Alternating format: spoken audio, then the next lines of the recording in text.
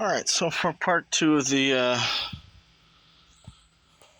video here, there is, in order to get the door out, you need to get this motor or vacuum actuator out.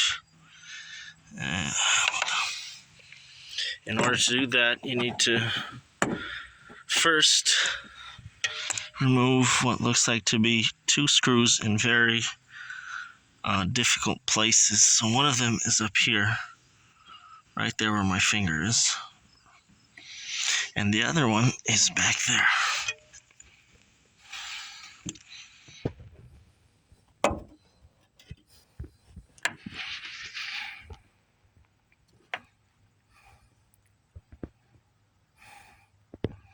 I don't know if the camera will focus on that or not.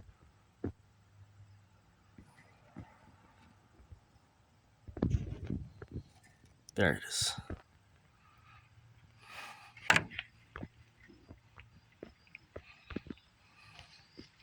And then after that is done, you need to reach in and grab the 2 tabs that lock this whole thing in and press them and then push at the same time. That whole motor thing should come out. See you in part 3.